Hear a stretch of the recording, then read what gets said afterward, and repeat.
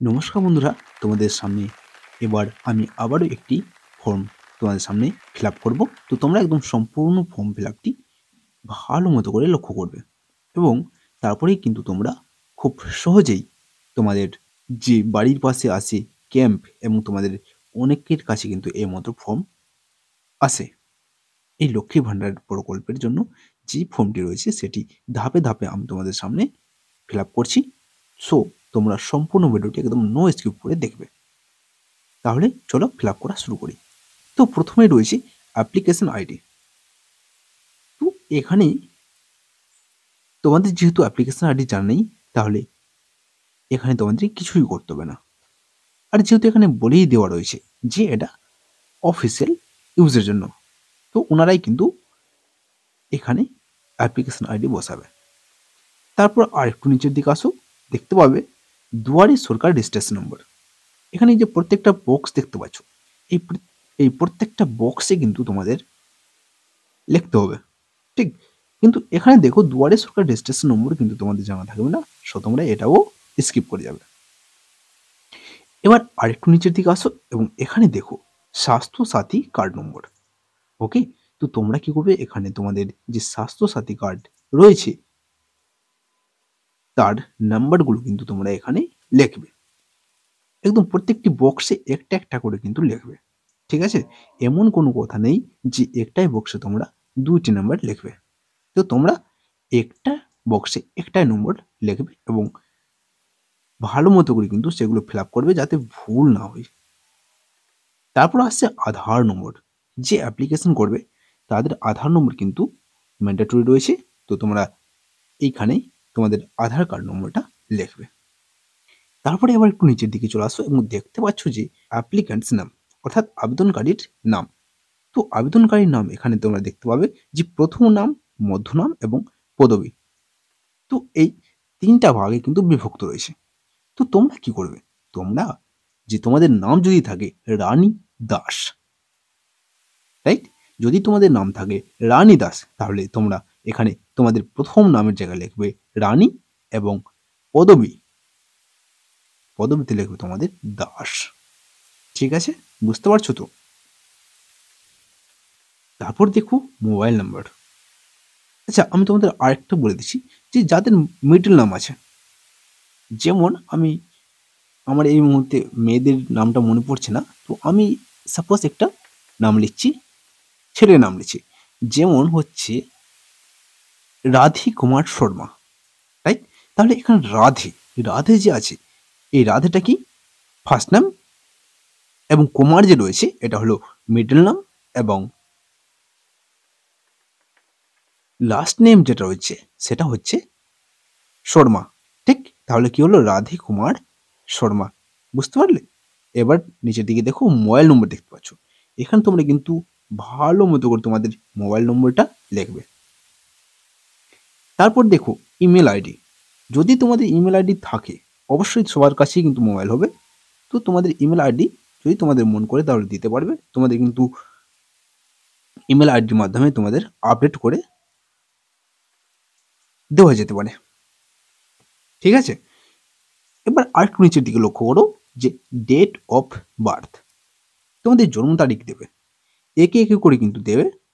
যেমন যদি তোমাদের ডেট অফ বার্থ থাকে 10/5/1995, তাহলে তোমরা কিন্তু এখানে 10/5/1995 লিখবে।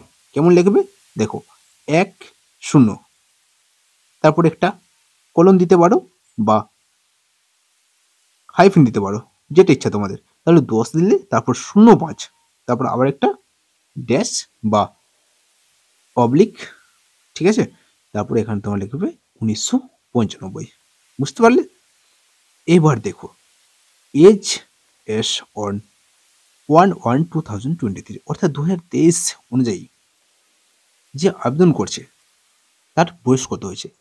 আমি কি বললাম একটু আগে যে ওনার বয়স যদি 1995, সরি আমি বললাম যে 1995 যদি ওনার জন্ম হয়ে থাকে, তাহলে 2023 বছর অনুযায়ী তার বয়স কত হবে, তাহলে তার বয়স হবে ওদিকে 23 ওদিকে 5 কত 28 বছর, বুঝতে পারলে। এবার তোমরা উপর দিকে একটু লক্ষ্য করবে, ওখানে কিন্তু পাসপোর্ট মাপের রঙিন ফটো একটা তোমাদের দিতে হচ্ছে। ওকে, তারপরে এবার তোমরা নেক্সট পেজে চলে আসো। দেখো নেক্সট পেজে রয়েছে ফাদার নাম, সেম মতো যেটা বললাম, ফার্স্ট নেম, মিডল নেম এবং লাস্ট নেম রয়েছে। তো তোমাদের যদি মিডল নেম থাকে তাহলে মিডল নেম দিতে পারবে, অথবা যদি না থাকে তাহলে দেওয়ার প্রয়োজন পড়বে না। ঠিক আছে, তাহলে এবার তোমরা বাবার নাম লিখবে, যে অ্যাপ্লিকেশন করছে তার বাবার নাম। তারপর যে অ্যাপ্লিকেশন করবে তার মায়ের নাম, এই যে ফার্স্ট নাম এবং লাস্ট নেম যেখানে রয়েছে তেমনি করে লিখবি কিন্তু। তারপর আছে স্পোর্টস নেম, স্পোর্টস নেম মানে তার স্বামীর নাম, যে অ্যাপ্লিকেন্ট রয়েছে তার স্বামীর নাম এখানে লিখতে হবে। তারপর রয়েছে কাস্ট, তোমরা যদি এসসি এসটি কিংবা যদি আলাদা কাস্টে থাকো তাহলে তোমরা, যদি এসসি থাকো তাহলে কিন্তু তার পাশে যে একটা বক্স রয়েছে সেখানে টিক দিতে পারবে, এসটি রয়েছে তাদের পাশে টিক দিতে পারবে বক্সটিতে, এবং যদি অন্য কিছু থাকো তাহলে আদার্সে টিক দেবে। এবং যে এসসি যদি তোমরা টিক দিয়ে থাকো এবং তোমাদের যদি এসসি সার্টিফিকেটটা রয়েছে, তো তোমরা এখানে একে একে করে এসসি সার্টিফিকেটের যে নাম্বার রয়েছে সেই নাম্বারটা বসাবে। ওকে, তারপর নিচে দিকে চলে আসো, এখানে রয়েছে কন্ট্যাক্ট ডিটেলস। এবার দেখো স্টেটের জায়গায় তোমাদের ওয়েস্ট বেঙ্গল দেওয়া রয়েছে, ডিস্ট্রিক্ট তোমাদের যে ডিস্ট্রিক্টে তোমরা বসবাস করছো সেখানকার ডিস্ট্রিক্টের নাম তোমরা এখানে লিখবে। তারপর পুলিশ স্টেশন অর্থাৎ তোমাদের থানা কোথায় রয়েছে সেটা একদম সবগুলো কিন্তু ক্যাপিটাল লেটার ব্যবহার করবে, বড় হাতের অক্ষর ইংরেজি। তারপর তোমরা ব্লক, মিউনিসিপ্যালিটি বা কর্পোরেশন,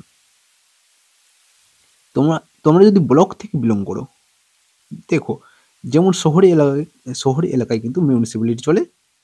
তো তোমাদের যেটা, যদি তোমরা ব্লক থাকো, তোমাদের এলাকায় যদি ব্লক অন্তর্গত থাকে তাহলে তোমরা তোমাদের ব্লকের নামটা লিখবে।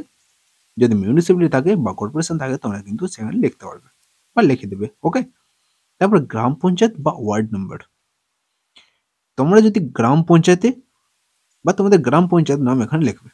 ঠিক আছে, তারপর লিখবে ভিলেজ, টাউন বা সিটি, তোমাদের গ্রামের নাম লিখলে বা তোমরা কোন টাউনে থাকো সেটা লিখলে বা তোমাদের সিটি নামটা এখানে লিখবে। ওকে, তারপরে হাউস বা প্রেমিস নাম্বার, যদি তোমাদের বাড়ির নম্বর যদি জানা থাকে তাহলে লিখবে, নাহলে অতটা ইম্পর্টেন্ট নয়, তোমরা এটাকে স্কিপ করেও যেতে পারো। তারপর আসলো পোস্ট অফিস বা ডাকঘর, তোমাদের পোস্ট অফিস কোথায় সেটা এখানে লিখবে। তারপর আসলো পিনকোড, তোমাদের পিন নম্বরটা ওর নিচের ঘরটিতে একদম সম্পূর্ণ কিন্তু একটা একটা করে লিখবে। এমন কথা নেই যে একটাই ঘরে তোমরা দুটা তিনটা লিখে দিলে একেবারে, এমন করবে না। একদম ভালো মাইন্ডে সম্পূর্ণটা কিন্তু একটাই বক্সে একটাই বর্ণ লিখবে বা নাম্বার লিখবে। ঠিক আছে, তারপর নিচের দিকে দেখো ব্যাংক অ্যাকাউন্ট ডিটেলস, এটা কিন্তু একদম সম্পূর্ণ ভালো মতো করে ফিল আপ করবে। যদি দেখো ভুল যদি করলে তাহলে কিন্তু টাকা তোমাদের আসবে না বা টাকা তোমরা পাবে না। তো সর্বপ্রথম আসলো ব্যাংকের নাম, তো তোমরা এখানে ব্যাংকের নাম লিখবে। যদি তোমাদের স্টেট ব্যাংক অফ ইন্ডিয়া থাকে তাহলে তোমরা একে একে করে লিখবে STATE, state, BANK, OFINDIA, right? তাহলে কিন্তু তোমরা এই মতো করে তোমাদের স্টেট ব্যাংক অফ ইন্ডিয়া লিখে নেবে। তারপর ব্যাংক ব্রাঞ্চ, তোমাদের যে ব্রাঞ্চে সেই বইটি রয়েছে সেই ব্রাঞ্চের নাম তোমরা এখানে লিখবে। তারপর আসলো ব্যাংকের অ্যাকাউন্ট নম্বর, তোমরা এখানে তোমরা অ্যাকাউন্ট নম্বরটি লিখবে, খুব ভালো মতো করে লিখবে। তারপর এখানে রয়েছে IFSC কোড, যে টাকা পাঠানোর যে মাধ্যম আছে, যে IFSC কোড কিন্তু ম্যান্ডেটরি রয়েছে। তো তোমরা এখানে IFSC কোডটাও কিন্তু খুব ভালো মতো করে বারবার চেক করে লিখবে। তারপর তোমরা অন্যান্য পেজে দেখতে পাবে যে সেখানে ডেক্লারেশন ফর্ম আছে বা কয়েকটা সাইন রয়েছে, তো তোমরা সেই সাইনগুলোতে সিগনেচার করে দেবে। তারপর দেখো নিচের দিকে পাসপোর্ট মাপের রঙিন ফটো, স্বাস্থ্যসাথী কার্ডের ফটো কপি, তারপর তোমাদের SC সার্টিফিকেট যদি তোমরা দিয়ে থাকো তাহলে তোমরা SC সার্টিফিকেট করবে, অর্থাৎ টিক দেবে। ঠিক আছে, তাহলে বন্ধুরা ব্যাস আজকের জন্য এটুকু। আশা করছি তোমরা এই ফর্মটি খুব ভালো মতো করে ফিল আপ করতে পারবে। তাহলে চলো দেখা হচ্ছে পরের অন্য কোনো ভিডিওয় অন্য কোনো ফর্ম ফিল আপের সাথে। ধন্যবাদ। চ্যানেলটি সাবস্ক্রাইব করতে তোমরা বাম দিকের লোগোতে ক্লিক করো, নেক্সট ভিডিও পেতে তোমরা ডান দিকের উপরের ভিডিওটিতে ক্লিক করো এবং রিলেটেড ভিডিও দেখতে তোমরা ডান দিকের নিচের ভিডিওটিতে ক্লিক করে রিলেটেড ভিডিও দেখতে পারো। সম্পূর্ণ ভিডিওটি দেখতে তোমাদের অনেক অনেক ধন্যবাদ।